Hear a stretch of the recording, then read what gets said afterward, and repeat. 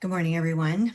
I wanted to provide some information on just a couple of housekeeping items regarding APA and how to look at my feedback that I'm giving you. And then I wanted to provide an overview of the upcoming assignments, not necessarily the APA formatting one, but the virtual network communication one. I'm going to be out of the office tomorrow, Friday, February 5th. So that's why I'm doing this recording today. And I want you to have all weekend to, work on these assignments and get a head start if you want. So I'm going to share my screen really quick. All right. So first of all, I wanted to just talk about this last unit. So I have completed grading all of the assignments from Unit 1. Unit 1, there was the discussion on ethics and where you all summarized an article that you found. And I wanted to just point out that, please read my feedback. I've responded to all of your initial posts. Please also take a look at the feedback I gave your classmates because maybe they made a mistake that you didn't or encountered something that you haven't yet. And so just take a look at that feedback. And I also wanted to point out again, you can look at my announcement from January 27th, but I saw several of you that cited Oaks and Waters. And obviously that's fine, but I want you to do it right. So again, please note that Oaks and Waters are the editors of that textbook and you have to cite it very specifically. And I've given you instructions in that January 27th course announcement on exactly how to cite it. The only thing you would need to change is, of course, the chapter author and things like that when you're doing in-text citations and for the reference page. So make sure you're paying close attention to that. All of these details are, important. And so I want to make sure you get it right going forward and you don't miss anything. If you don't have your settings or your notifications set up yet, please do. I feel like maybe a couple of you missed that announcement and I don't want you to miss any more going forward. And just quickly to do that, you just click on your name up here and click on notifications. And then from there, you can set up how you want. You can enter your phone number, all of that good stuff. But what you need really is this one is updated announcements and new announcements available. Okay, so that is one thing. The other thing is that I when I graded your ethical reasoning assignments. I used what Brightspace refers to as inline feedback.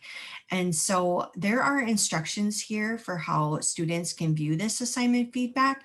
And I'm going to also post this in this announcement with this recording, but it's unfortunate I can't see what you're seeing necessarily.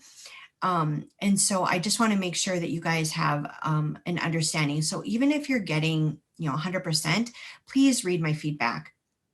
I know it's really easy to just be like, oh, I got 100% and everything is good. But right now I'm not deducting for APA formatting. I will in Unit 3. And so it's important that you take a look at what I shared with you so that you can apply that guidance going forward. Okay. So kind of here's what it looks like to me is this inline feedback is I'm making these, I'm hoping you can see this, but I'm making these little Post-it notes. So I call them Post-it notes, but they're green and it's a lot easier for me to provide feedback this way in Brightspace on APA formatting versus downloading your document using markup and then saving it and uploading it back into Brightspace. It's just, this is way easier for me and I hope you understand that. And so make sure that you're taking the steps that you need to view this feedback, okay? Because I'm giving very specific feedback and referring you to, pages in the AP manual and different things. And I want you to make sure that you don't make these same mistakes going forward, okay? So I'll share this. The other thing that I wanted to go over then was this week's assignment, right? Sorry, Unit 2's assignment. And so it's not due this week, it's due next week Sunday, which is the 14th. And so It's this virtual network communication assignment. I have it pulled up already. A couple of things I just want to point out. Please make sure you're reading these introductions to the assignment, because maybe there's a different scenario that you're being put in, and things that I really want you to focus on. It also provides you with some background on, why you're doing this assignment. Okay. So this week we're going to focus on secure messaging and how you would communicate and you would educate providers on using secure messaging. A lot of times secure messaging is done through um, an EHR's patient portal. Okay, at least that's kind of the most common that I've seen. There may be other methods, and I hope you do a ton of research on secure messaging and best practices for using secure messaging in healthcare for this assignment. You're going to want to educate yourself on this topic before you can educate the providers, right? So what you're going to need to educate them on, and I'll back up 1 second here. For this education, I'm okay with you kind of doing it several different ways, and you can pick what you prefer. But one way would be developing a policy and procedure on secure messaging. Another would just be maybe a brochure that you put together, or a narrated PowerPoint presentation or video. So to do that recording, if you have any challenges, let me know. But just, envision how you would want this information to be given to providers and how you would want them to receive it, okay? If you were in charge of educating them on secure messaging. So your presentation or brochure, policy and procedure needs to address these elements, okay? So the purpose and benefits of secure messaging, what type of information can be communicated, what do providers have to communicate? So, think about the types of information that can be sent over secure messaging, and also think about what can't be communicated over secure messaging, because I think you should address that as well in the education materials you develop. The other thing is responsiveness. What are the expectations for providers regarding responsiveness? So whether it's responding to a message that they receive from a patient, do they need to respond within 24 hours, 48 hours, 8 hours? What is the guideline? What is common? Research that. The other thing is maybe if a patient has secure messaging set up, as their kind of like preferred way of communicating with their provider, what type of information needs to be communicated to them and what time frame? If the results come in or whatever the information is, what time frame does that provider have to share that information with their patient? Okay. The other thing is what are the documentation requirements for the provider? So does the provider need to document anything about the information obtained and or given through secure messaging in the EHR, or does that information automatically flow into the EHR? Research that and find out kind of how that works, okay? And then lastly, privacy and security issues. So providers hopefully are concerned about the security of the information that they're sending to their patients. And so make sure you're addressing that and what kind of measures are in place, and in a way reassuring the providers that it is safe, secure, private, all of those things, okay? So as usual, follow APA style. If you're doing a PowerPoint presentation, make sure you have a slide at the end to make sure that you're citing the sources within, as well as obviously the brochure and the policy and procedure, okay? All right, so I went through that very quickly, but I don't want this recording could get very long as I ramble here. Some of the stuff I enjoy talking about, and the next thing could get long, and I apologize in advance if it does. But the other assignment that you have is APA formatting. And so what this is essentially a workshop or a worksheet. And so I'm going to pull that up really quick here. Maybe. Yeah, got it. Okay, so what I've done here is I've given you all of the information on this worksheet. First of all, you're going to give me an in-text citation and you're going to give me a reference page citation. So basically you're filling in the blanks with the information that I provided you here about that. So pretending that this journal article is showing up on your screen from Solar here at CSS. Okay, so what information would need to be documented in the in-text parenthetical citation? And then what would that reference page citation look like? So you would document that here. In some cases, I've given you far more information than you need. So I expect you to, sort through it, figure out what needs to be done, and then format it correctly for both the in-text citation and the reference page citation. And so here's a book. Here's a book with editors, which is very similar to the Oaks and Waters textbook. And this one, we're only looking for a reference page citation. The one above it, an in-text citation for this quote and a reference page citation.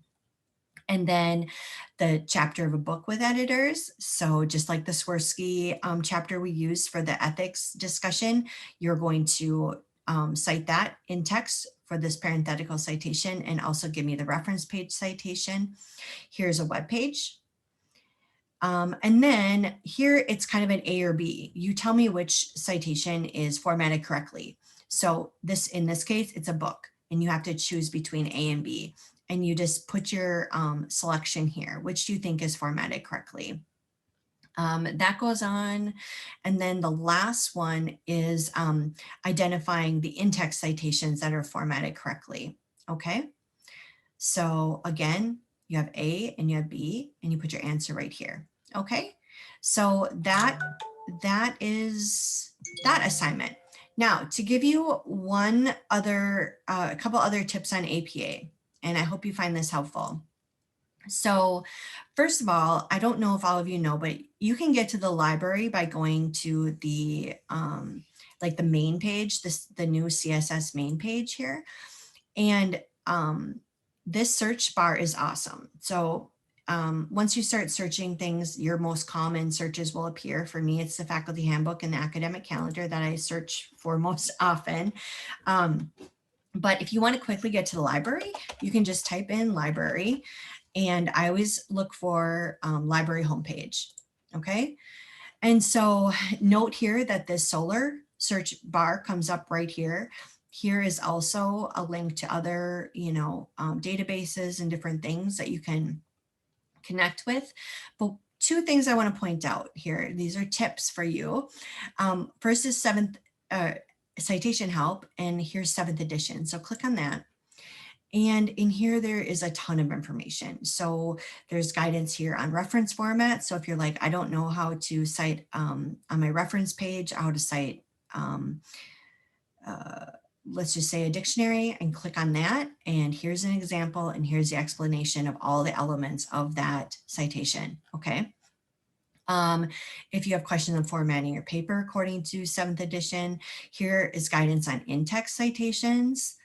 So again, here's how do I create a narrative or a parenthetical citation guidance. This table is awesome because it gives you how to cite in-text citations, parenthetical and narrative.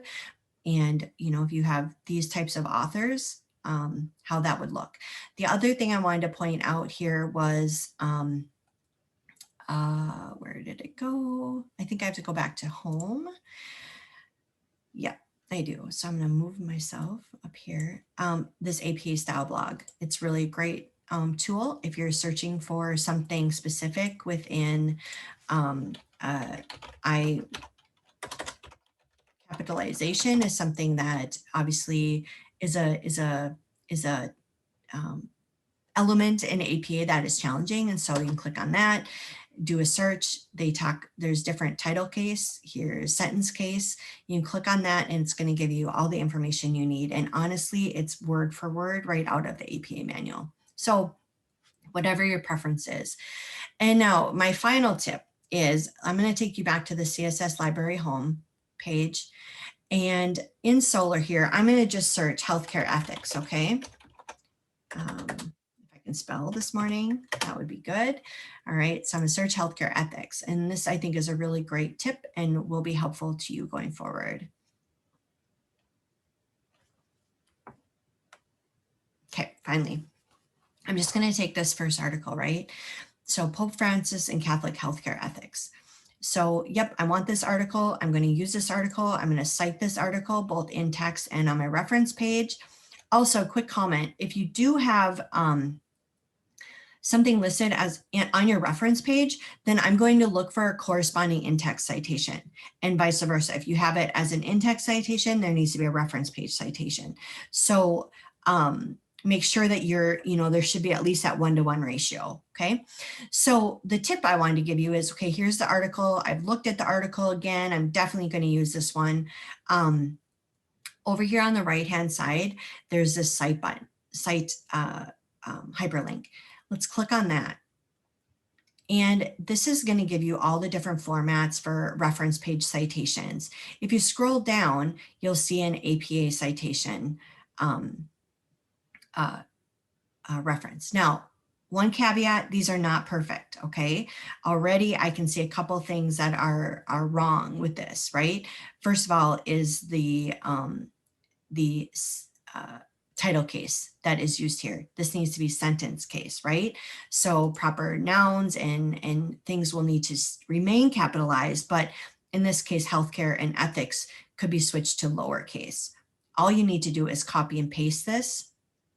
Note that when you copy and paste it, depending on how you copy and paste it, it could change the formatting. And so I already did this once as a practice. So if I just paste it, it takes away different formatting features.